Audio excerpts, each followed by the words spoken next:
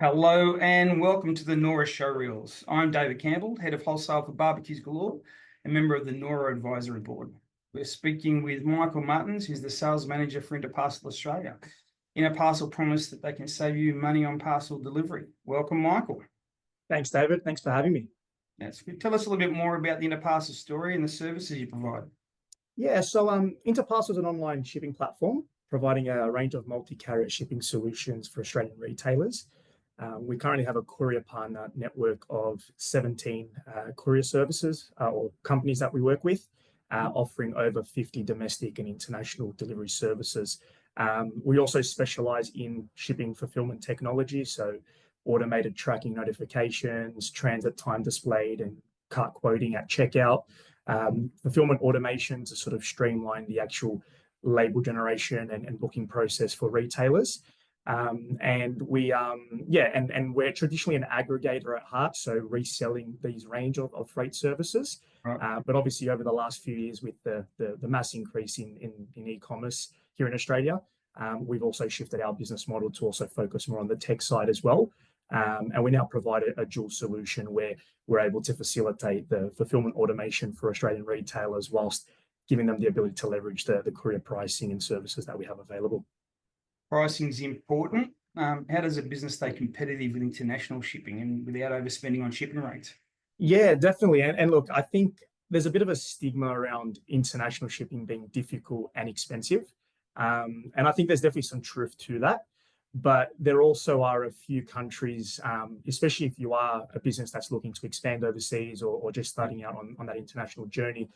There are definitely a few countries that are really quick and easy to expand into, the likes of New Zealand, who are obviously our neighbors across the pond, Singapore, and also the US. The reason for that is they've all got quite high tax thresholds where retailers can import into, and the consumer isn't going to have to pay taxes if it's below a certain threshold. Not only that, but I think if you've seen recently what's happening with the US, where they've imposed some tariffs on their neighbors, Canada and Mexico, it's probably the best time now for Australian retailers to try get their products overseas to the US, because it's going to probably be a bit more cost effective than what it was previously. Now, when we talk about expanding overseas and trying to keep those costs down, the key thing here is diversification. So for retailers to be able to expand overseas within an affordable amount, it's by diversifying their shipping across a variety of providers and being able to use a platform like Interparcel to then centralize that all and really leverage different services in different countries, whether it be more economical solution to get their freight overseas at a lower rate. Also using brands that are reputable in those countries, like to the US, for example, UPS and FedEx are courier companies that are well known in those countries. And those retailers are more inclined to sort of buy off a brand that can offer those type of services. So obviously diversifying will allow you to reduce your average cost of shipping, but it's not only that, it's also increasing the service reliability. Now, we saw recently in the December period, for example, in Canada, there was Canada Post strikes across the country, which put a lot of stress on a lot of retailers that were shipping over there. Australia Post pretty much blocked off all their services to Canada during that period, which is probably one of the worst times for that to happen during the peak, Christmas period. So we found that a lot of retailers that were shipping to Canada using the post had to really find the solution really quickly. And a lot of them ended up overpaying for shipping because they didn't have a solution that was available at the time. So they were just scrambling for a carrier there. Now, consumers that were using Interparcel, they were able to pivot really quickly. So if they were fulfilling their Australia Post orders via our platform, they were then able to leverage UPS or FedEx to ship to Canada really quickly at an affordable rate. And it meant that they could hold up their part of the bargain and provide a great sort of end consumer experience to their users. Good. So what are the emerging trends that are shaping the future of e-commerce and logistics as it comes through? Yeah, so there are a few. I mean, I think the most common one, which has probably been the talk of the town over the last 12 to 18 months, has been the growth of AI. And I think we're seeing AI being incorporated more and more into companies' daily workflows and even into the solutions that they are offering. Within the transport, freight and logistics network, we're finding a lot of couriers are actually using AI-based algorithms to sort of predict weather patterns, traffic delays, and also to route the most optimized delivery route for their customers. Makes sense. And we find that that's allowing them to reduce their average cost of shipping, reducing on the amount of fuel consumption when they're delivering to these particular locations. It also boosts their delivery efficiency, so they're able to get their freight to the consumer in the quickest time possible. So yeah, the basis of AI has really helped in that front from a logistical and transport point of view. We're also seeing another trend, which is it's actually something it's been around for a little while, but there's been an increased growth in this particular trend in the industry is the growth of Recommerce. Now, when we talk about Recommerce, we're talking about the on-selling or reselling of secondhand used goods, for example. And there's some great stats around this, that it's actually growing 4 times as fast as traditional retail, and as an industry, it's expected to reach about $274 billion by 2028. So there's an increased growth in Recommerce, and I think consumers now are a bit more conscious on where they're spending their money, and sometimes used goods can actually be quite high quality as well.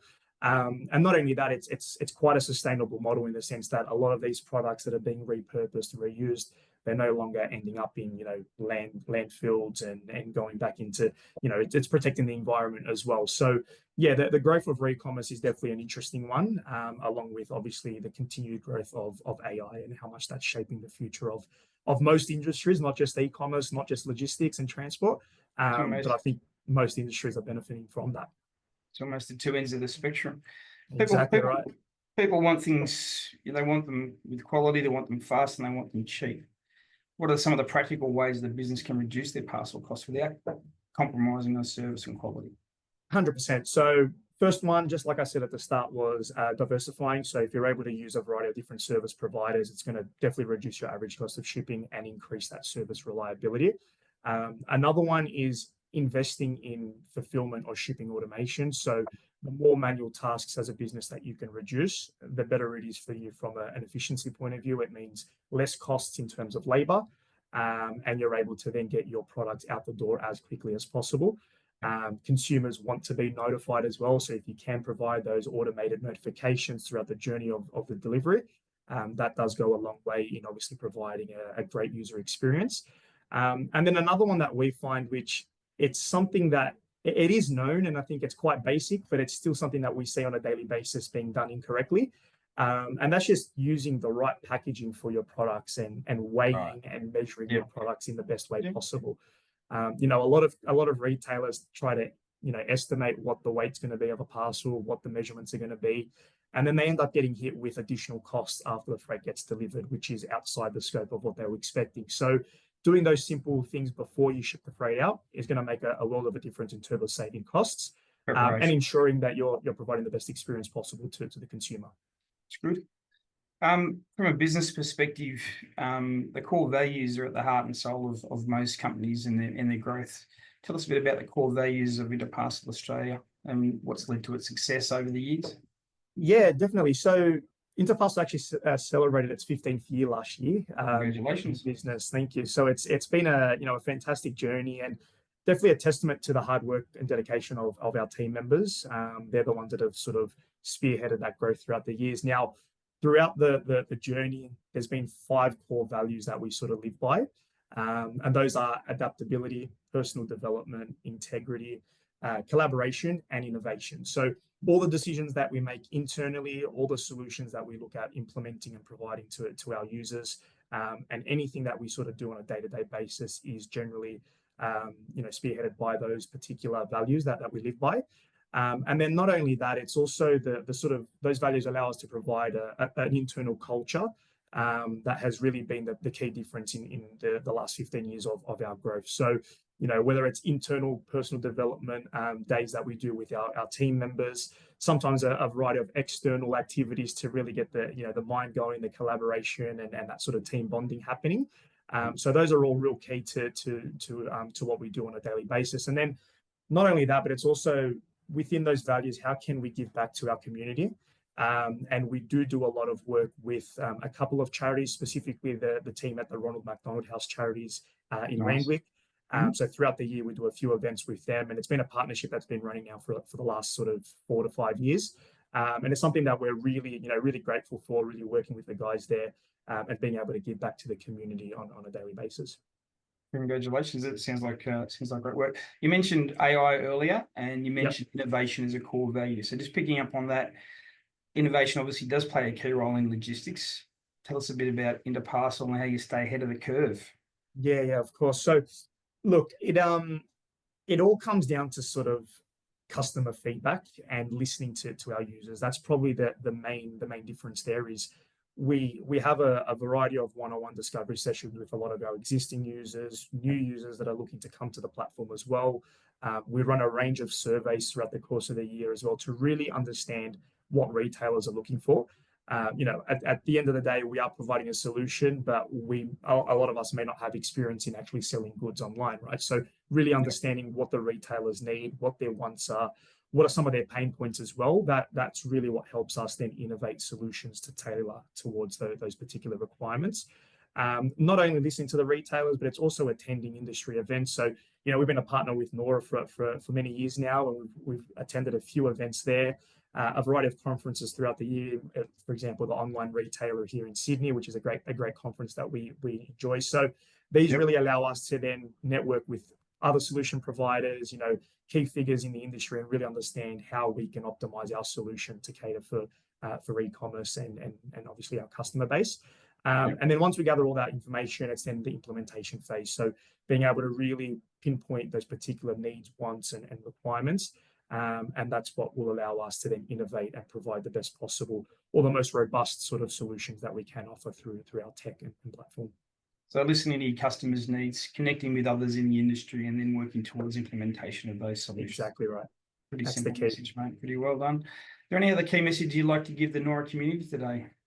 No, look, I just think it's if anyone's out there sort of they've got any queries, or they're struggling with expanding overseas, or overall looking for a robust shipping solution that will allow them to get to the next level of their e-commerce journey or business journey, then feel free to obviously reach out to the team at Interparcel. We're happy to have a chat and be able to provide some guidance and possibly explore some options for them. Michael Martins from Interparcel Australia, thanks for joining the NORa Show Reels today. Thank you. No worries. Thanks, David. Appreciate it.